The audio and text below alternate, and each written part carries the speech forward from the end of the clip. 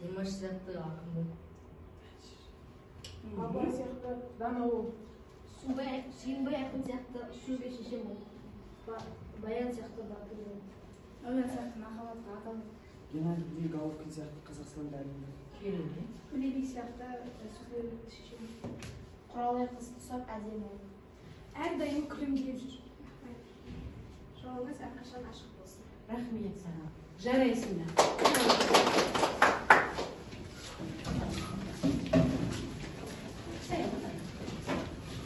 Ал енді Димаш кім еді? Димаш Құдайберген, әнші екен, әнші Димаш. Атақты әнші, қазақтың елін дүниежүзіне танытқан әнші екен. Жарайсыңдар. Ендеше балалар, бүгінгі қазақ әдебиеті сабағын бастаймыз. Біз Мағжан Жұмабаевтың Батыр баян поэмасының бірінші, екінші тарауларын оқып болдық па? Оқып болдық қой, иә? Бәріміз оқыдық па? Жарайсыңдар. Кішкене дауыстарымды естімей жатырмын. Ендеше бүгінгі тақырыбымызды балалар мен үлкендер бөлім бойынша сабақтың тақырыбы Мағжан Жұмабаевтың Батыр баян поэмасындағы баян бейнесі. Сабақтың мақсаты, бүгін сабағымызда біз қандай мақсатқа жетуіміз керек балалар? Көркем шығармадағы кейіпкердің тектерін жасалу тәсілі тұрғысынан анықтай алуымыз керек. Және әдеби шығарманың эстетикалық құндылығы туралы сыни шолу жазуымыз керек. Жақсы, мана сіздер айтыңдар, бүгін бірінші, екінші тарауын оқып болдық дедіңдер, иә? Керемет, бәріне сенемін. Енді қазір жеке жұмыс. Әркімнің пікірі бойынша және әркімнің пікірі құнды біз үшін. Және қалай әңгімелейсіңдер. Әдеби шығармадағы уақиға жүйесін қалай әңгімелеп баяндап бересіңдер. Көркем, әдеби тілде жеткізе аласыңдар ма? Осының бәрі келесі осы жеке жұмыста бағаланатын болады. Ал суреттерді әңгімелейік. Суреттерге қарап әңгімелейік. Жарайсыңдар?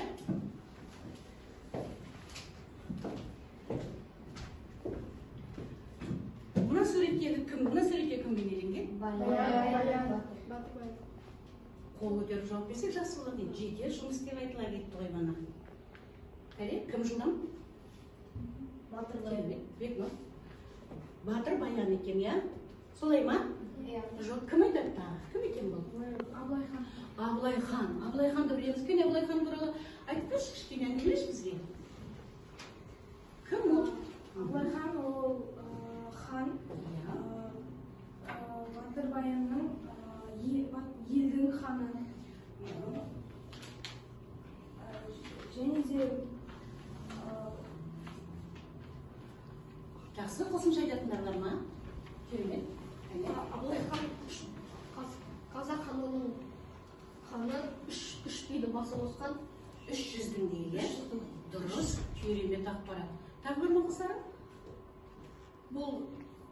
Ол жоңғарларға қарсы, қақылықтарға қарсы жорғашыл ерлікпен елін қорғаған ерлікпен, иә?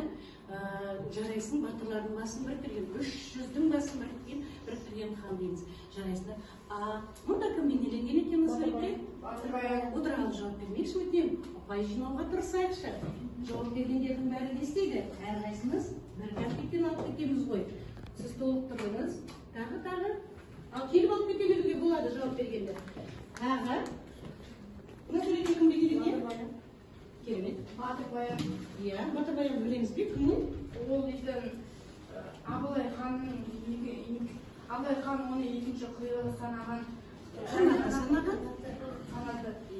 Және Абылайхан баянды өзінің ең мықты батырының бірі санаған.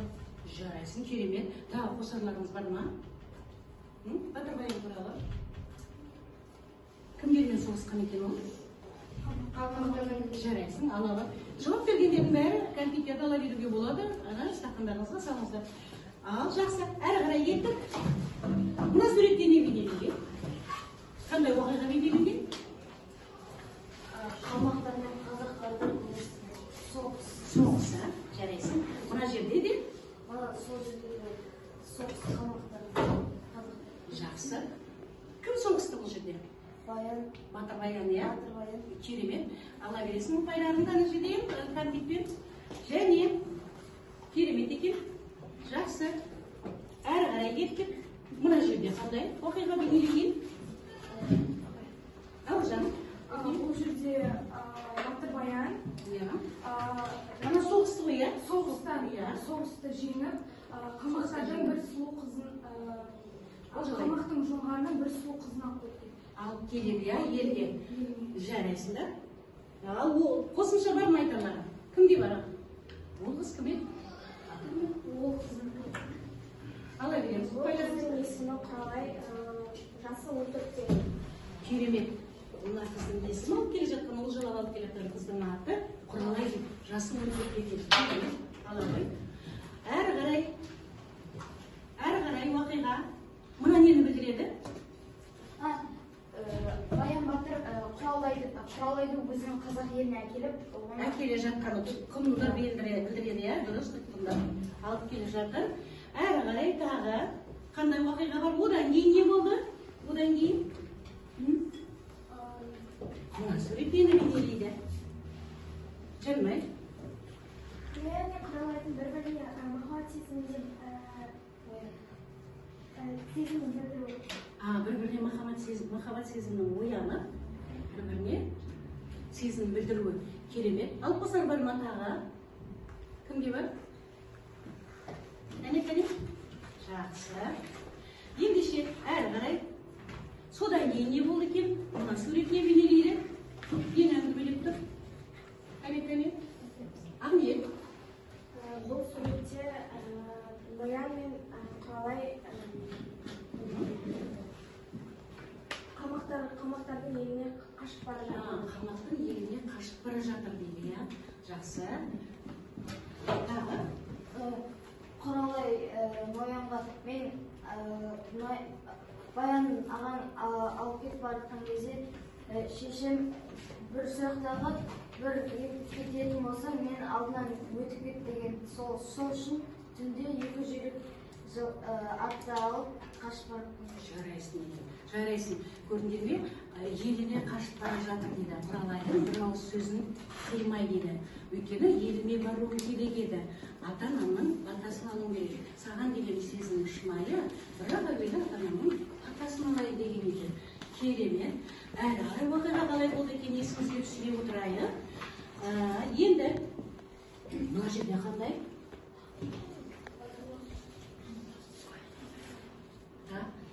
Кәне Азамат? Баян мен Құралай қалмақ еліне қашып бара жатқанда Батыр Баян Абылай ханға сенбей атымен шығып Баянды атқысы келді. Жоқ, мен әдейі сұрадым сіздерді. Не істер екен? Шатасам екен, жоқ па екен деп. Кім мына жерде айтады қазір? Абылай хан. Бұл жерде манағы Баян. жоқ. Уақиғаның орнын ауыстырып, әдейі сендерді шатастырып отырмын. Сол үшін не істейміз? Кішкене мұқият боламыз. Оған әлі кейініректе келеміз. Түсінікті ме? Ал содан қыз бен жігіт қашты, Ноян мен Құралай. Одан кейін не болып еді? Иә. Кім айтады кәне? Асылбек. Керемет. Батыр Баян Құралай мен Ноянды атып тастағасын Жетіп алып атып тастады ма екеуін? сосын өзі қайғырады. Не үшін? Неге аттым екен, иә? Туған інімнің қанына қолымды былғадым ғой. Әттеген-ай, неге қараласты мені? Бұл кімнің сөздері? Баян. Өкініш па? Өкініп тұр, иә? Жарайсыңдар. Ну, садақ. Атқанның белгісі. Керемет. Әне бәріміз қосылып отырайық, иә? Әрі қарай уақиғаның бәрін айтып болдық па? Жоқ. Мана мен шатастырған суретім бар еді сендерді, иә? Бұл жерде не болды екен, ай? Бұл жерде Баян Батыр Абылай ханға келіп, ол қалмақтар қазақ еліне жекпе-жекке жібереді. Дұрыс. Олар айтады, сендер бізді кешіріңдер, сіздердің елдеріңізге енді кірмейміз. Сіздердің әр батырыңызға сұлу қыз сыйлаймыз деп айтады. Иә, сұлуымыз берейік, сосын мал мүлік берейік. Енді қазақ жеріне аттап баспаймыз дейді. Солай дей ме? Солай дейді. Жақсы, керемет. Тағы қосатындар бар ма? Қосатындар. Кәнекей. Батыр баян Абылай ханға қалмақтарға сүйенуге болмайды деп 300 жігіт алып келіп қалмақ еліне шабуыл жасады. Қалмақ еліне шабуыл жасады, иә? Дұрыс па? Керемет. Ұпайларыңызды алып отырамыз, кәне? Шабуыл жасайды. Сол кезде Батыр баян жеңіспен қалмақ еліне қаза болады. Иә. Тағы қосатындарыңыз бар ма? Кәне? Неше жігітпен кетіп еді? 100 жігітпен. Оны бәріміз біледі екенбіз, иә? 100 жігітпен кетіп еді. Неге 100 жігітпен кетті? Абылай хан айтты ғой. Бармаймыз. Осы жерден олардан келісеміз. Бірақ неге ол келіспеді? Өйткені оның ішіне ноянның кегі жатты. Нояннан кегі жатты. Жалған сіңлісінің қабына қолын алды ғой. Енді елге барғанда қайретімен қараймын елге. Бұл ауыр жүкпен өмір сүре ала ма? Неде болса, артыма ерген қолмен барайын да, манағы кепті қайрайын деді. Солай ма? Келісесіздер ме? Осылай болды ғой, керемет балалар. Қол соғамыз, бәріміз керемет жұмыс берді. Енді топтық жұмыс жасасақ, болды? Топтық жұмыс. Ал енді қазір жаңа жеке жұмыс бойынша кім ең жақсы көркем жеткізді ойын? Толыққанды жеткізді. Кім айтады? Бір-біріңізге баға беріңізші, бір-біріңізге. Кім жақсы осы жерде әдемілеп жеткізді ойын? Әдеби тіл нормаларына сай. Кәне? Кім? Ерке балама? Ендесе, ерке балама қайтып көмі біз қошемет көрсететін едік.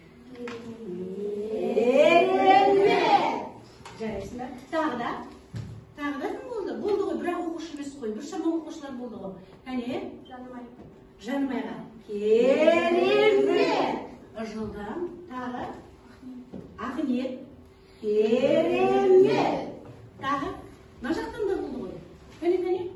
Асылбек. Керемет! Жарайсыңдар. Екінші тапсырмамыз бойынша топтық жұмыс. Ал енді дайындаламыз. Ол осы керек болды. Топтық жұмыс бойынша мынандай тапсырмалар берілген екен. Біз осы тапсырма арқылы Батыр баянның бейнесін ашуға тырысамыз. Кейіпкерлердің бейнесін ашамыз. Қараңыздаршы. Батыр тобы бар ма бізде? Батыр тобы. Жарайсыңдар. Батыр тобына берілген тапсырмалар. Батыр, батыл, намысшыл дейді Батыр баянда. Жаңа өздерің айттыңдар. Әр сабақта айттық қой, батыр, намысшыл, патриот дегендер. Соны дәлелдейсіңдер.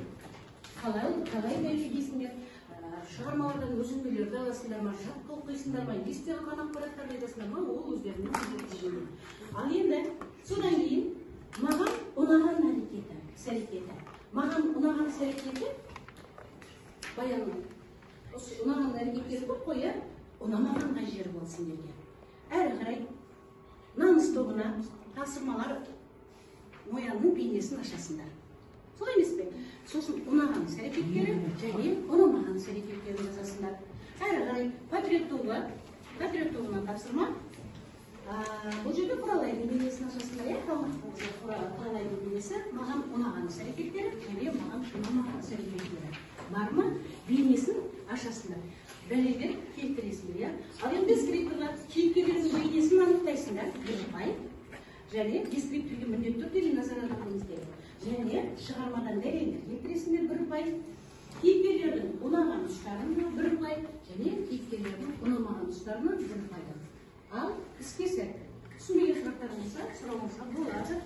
Кәне. Қараңызда шығармақтарға қағаз жатыр.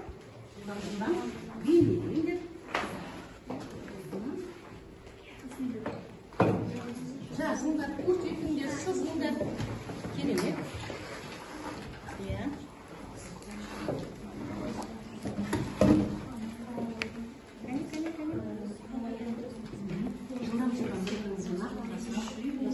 Неге мен жазамын? Топтық ережелер, жеті ережелер. Күнделік жүрсіңдер, білесіңдер, топтық жұмыс жасасаңыз, керемет жұмыс жасап жүрсіздер. Ережеге мағынаңыз.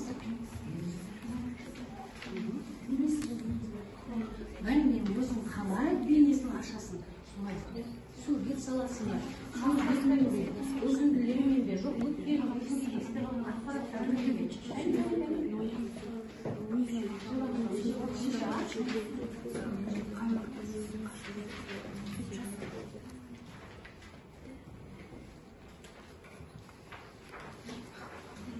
жоқ әде біз сурет салмаймыз, біз мына жерге келіп өзіміз ауызша бәрін айтып бере аламыз. Десеңіз, онда болады. Дайындық онда белгі береді маған. Өздері жүреді.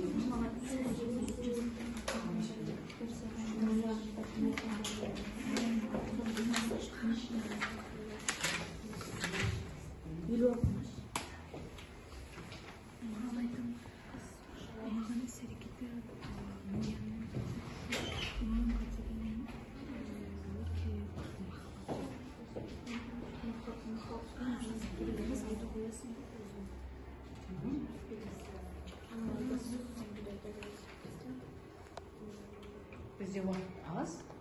Тоқтау жұмыстары 10 минут береміз. Соның ішінде ойымызды айтуымыз керек, келесі жұмыс жасауымыз керек, және дәлелдеуіміз керек.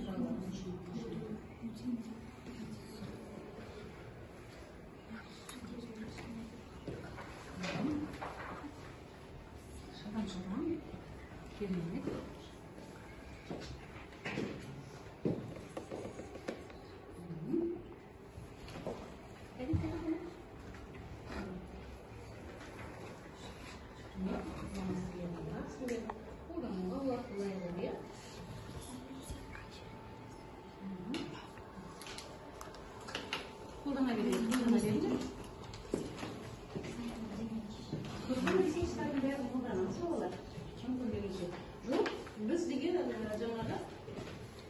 Бұлай да айта аламыз, бейнесін біз ашып бере аламыз дейтін мақсатым болсын, онда келіп дәлелдеуге болады. Қай топ дайын? Жақсы.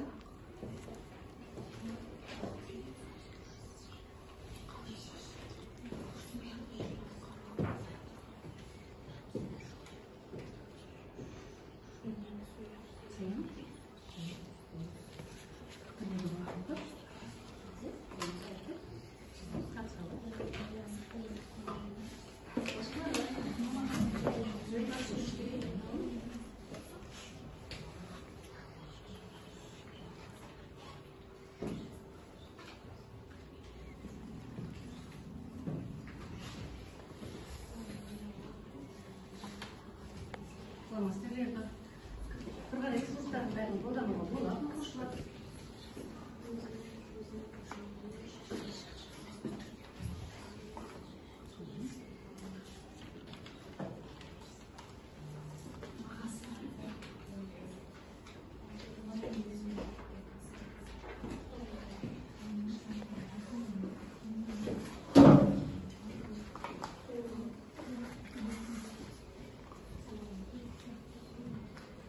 Уақытқа бағынамыз.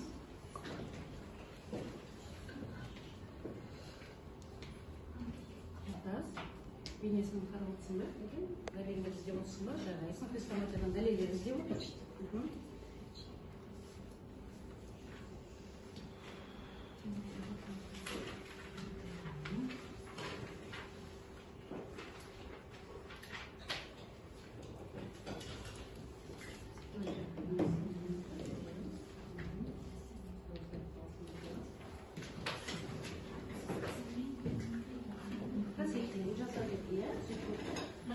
Жазықланып, левесінде болады.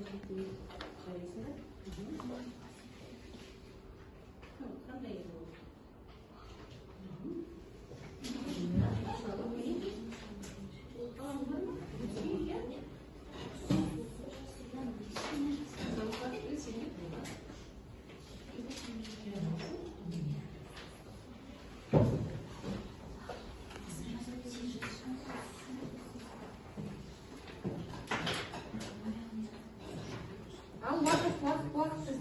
Жақсы да болар, уақытқа бағынамыз. Белгілеріңізден кім шығады? Қай топ шығады екен? Жылдам.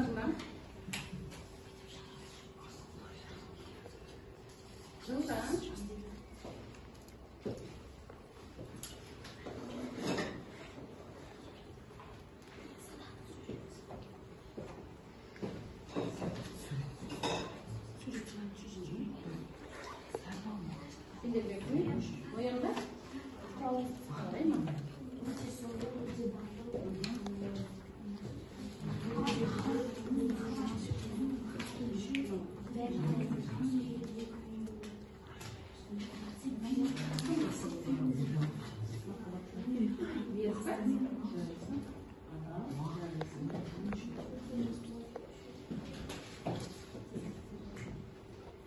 Ал портрет болып қалды не? Келе ойындар, барынша алып келіңдер. Келе ойындар. Ертеңі қалай керек деп балдар? Солай ма, дайындар? Келіңдер.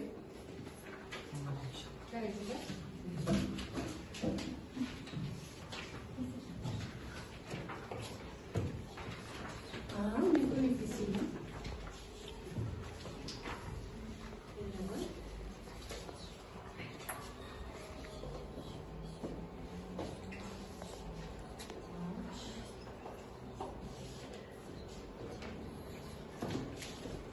Бұл жерде біз Құралайдың бейнесін ашқымыз келіп тұр. Осы жерде Құралайдың бізге ұнаған іс-әрекеті, бұл Құралайдың ата-анасының разылығын алғысы келді. Ноянмен бірге өз еліне менің ата-анамның разылығын алып бірге бола аламыз деп Ноянды алып кеткен болатын. Және бізге ұнаған достарлардың бәрі айтамыз. Ойларын және бейнені ашады жеміз әрқарай. Біз христианизмнен Құралайдың Ноянға деген махаббат сөздері таптық. Қыз сондан Ноян бауырым келген деді, мен сенің сүйген, мен сенен деді, сүйемін де сенің тәңірің кәу. Тәңірім куә деп тұр. Демек бұл жерде шын ғашық па екен? Құралайдың Ноянға деген ғашықтығын. Шын ғашық қой, жақсы. Ал дағы? және де Құралай Кәне сен айтады жазын еді. Саян айтады. Саян не дейді? Бәрін пікірлерін білгім келеді. Құралайдың бейнесі, Құралай сұлу, нәзік, батыл, өзінің махаббаты үшін өзінің жанын беруге дайын болды. Жан беруге дайын болды ма? Құралай осы арам ойы болған жоқ па? Жоқ, ол небәрі 14 жаста болды.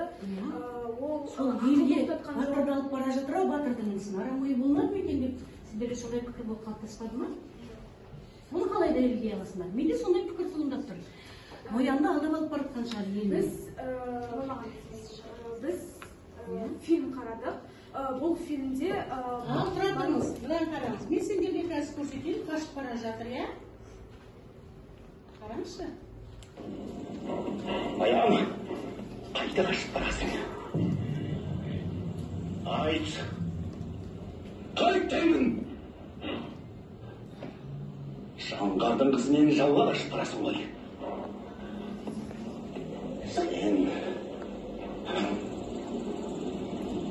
Сен бізді сатып барасың. Саттың болғанша.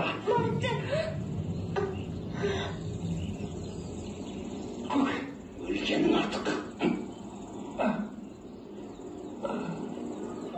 Ойбай бауырым, не істедім? Осы үзіндіде не байқадыңдар? осы үзіндіде біз Дәлелдей аласыңдар ма? Маған айтып тұрғандар, Құралай сатқын емес деймін. Мен сатқын, алдап бара жатыр. Ноян сатқын деп тұрмын, екеуі де елді сатып қашып бара жатыр. Ал Құралайдың ойы арам қалды ма? жоқ. Өйткені Құралай махаббат үшін өзінің жанын беруге дайын. Өйткені бұл фильмді көрсеткен үзіндіде Батыр Баян өз інісін садақпен атқысы келген. Осы жерде неге мән беру керек? Мен де енді түсіндім. Демеге мән бердім мен. Ал сендер неге мән бердіңдер? Манағы менің пікірім әбестік екен. Батыр Баян өз інісін ең бірінші атқысы келген. Бірақ Құралай Ноянның алдына шығып алып, Садақ ең бірінші Құралайға айтсын. Демек бұл жерде Құралайдың ара ойы болмас қой. Шынғашық екен ғой, әйтпесе кеудесін оққа тосырып еді. Керемет, жарайсыңдар. Керемет. Ал отыра қоямыз. Белгі беріңіздер. Дайын топтар маған белгі беріңіздер. Келіп отырыңыз.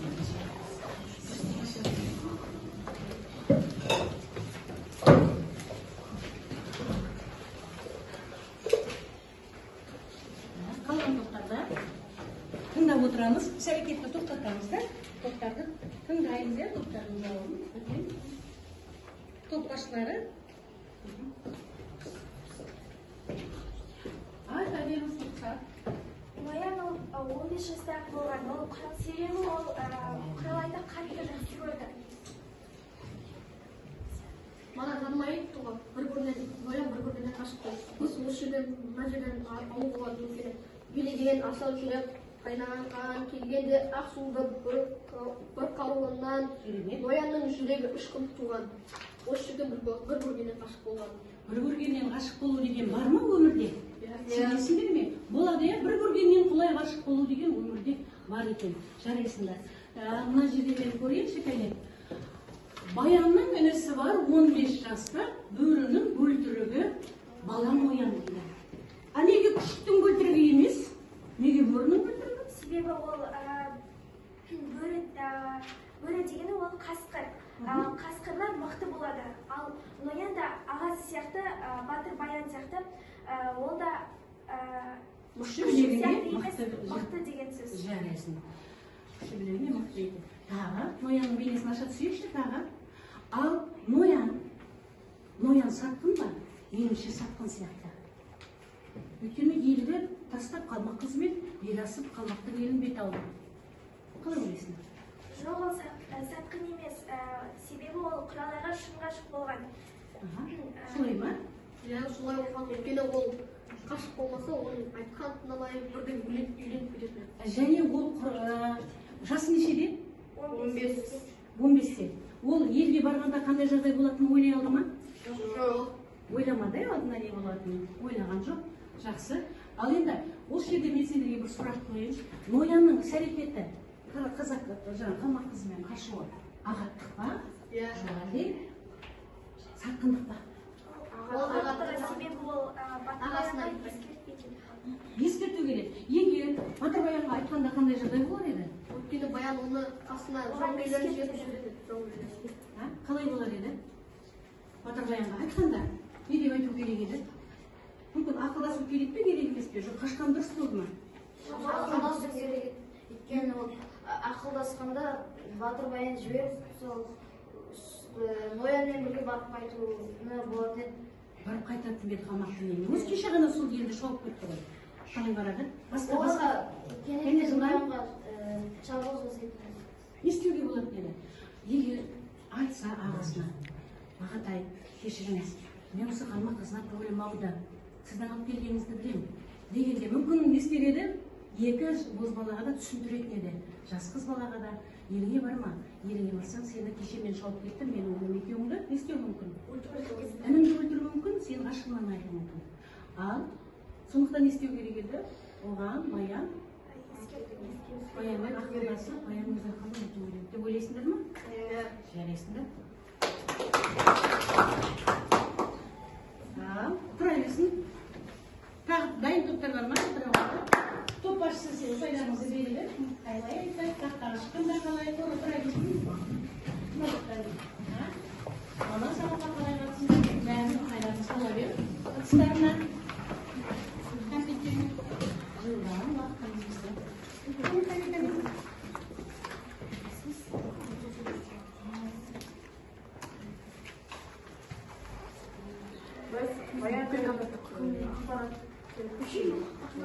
Баян жайлы біз баянымыз бар дейсің, иә? Жақсы. Баян ол мен батыл және намысшыл және батыл. Баян батылдығын біз христианиканың осы жерден қазақтың батырлары бәрі қыран, сонда да бір батыр жоқ, баяндай тап деген жерде түсініп. Қандай бейнесі бар? Ол деген ол батыр. Демек, батырлардың батыры, ең мықты батыр деген бейнесін ашып тұрсың ғой, иә? Жарайсың, әрі қарай. Әрі қарай кім айтар екен? Кеп. Бәріміз айта береміз. Бұл өйткені мен қарадым, жаңа бәрін бірлесе жұмыс жасадық. Сондықтан да бәріміз айтқанды жасы. Еңбек ортақ.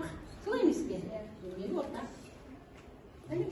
Боз үйде жалғыз қалып, баян дейді, жарамaz жолбарыстай күңіренді. Бұл жерде қандай бейнесін ашамыз? Жалғыз үйде қалды да, оғырланмай атылып үйден шықты да. Өзінің атына болды. Намысшыл екен, өйткені намысқа тырысып, ай, Ноян қашып кетті. Ойбай, Ноянмен қалмақ қызы қашып кетті дегенде, үйден оғырланмай атылып шықты ғой. Артынан қолды жалаң аяқ жаланбас. Солай ма? Сонда бұның намысшыл екен ғой. Қалмақты кеше шауып кеткен қалмақтың еліне німнің кетіп баратқаны ғой. Дұрыс айтасың, керемет намысшыл деген бейнесін ашты. Тағы. Әне, сен бұлай тұра ғой. Малика. Көз жаудың алғысы елкесі баянның батылығы алғашқа аян баянның арқылақты қол астынан тұз қылмақ болмаушы ма ет тоқап қояды. Қар тиіскен өтті еске қайтыс болып баянсыз қанатында қалан жайсыз. Баянсыз қанатымда қалай жаям деген кімнің сөзі? Кімнің сөзі еді? Абылай ханның қысылма, керемет айтып жатсың, өте керемет. Абылай ханның сөзі еді.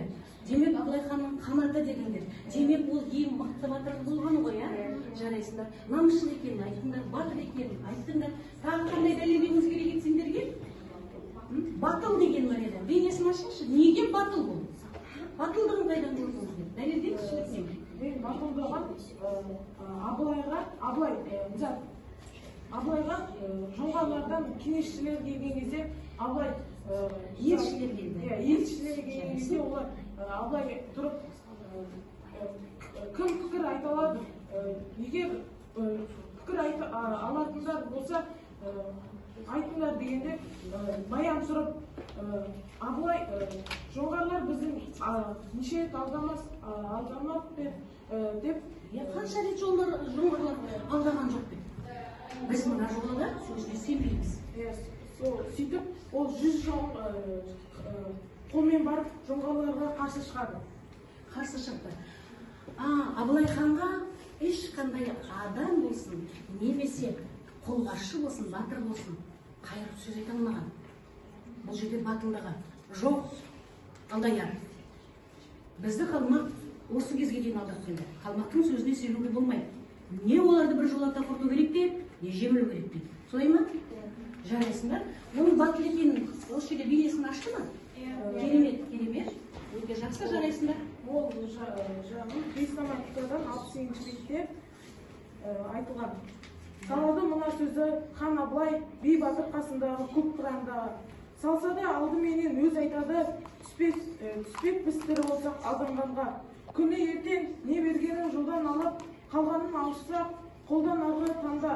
Елдерім ойым осы, деді Абылай, бұл ойды теріс дейтін адам бар ма?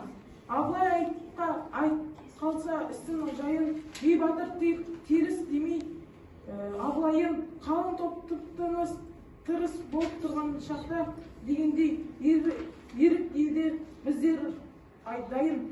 Ерлігі Аллашқа аян батыр баян тұрды да деді. Алдияр Абылайым бергені мылтығына қарсы жүрмес, қырдағы түгел қылғандайын. Сөзіңді не кектерсің, не жұқтарсың, ойыңды теріс дейді баян айын. Талғыға салмай жарайсың, ойыңды теріс дейді баян айын дейді. Сіздің ойыңыз теріс, Алдаяр хан деп тұр, оның батылдығы.